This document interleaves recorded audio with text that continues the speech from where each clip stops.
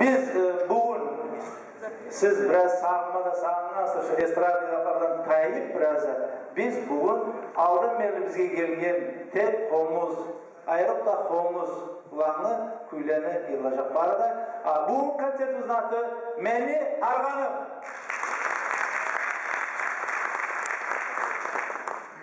Bulay bir atın aytkan, bir yuğuk aytkan bir kişiye, bir uğurdaşına.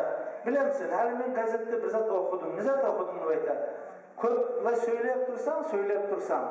Ösümlükler ərə ölçedi baytıram. Ula, men şoğa razı olmasa aytan zatla. Ne yedi baytar?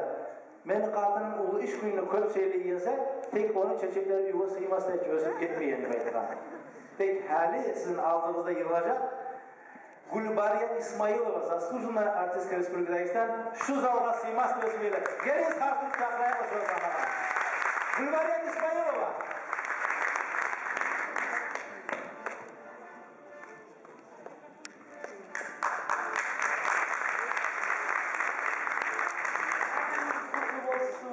Her günümüz işler şart olsun. Buğumu yivav, buğumu kars siz için.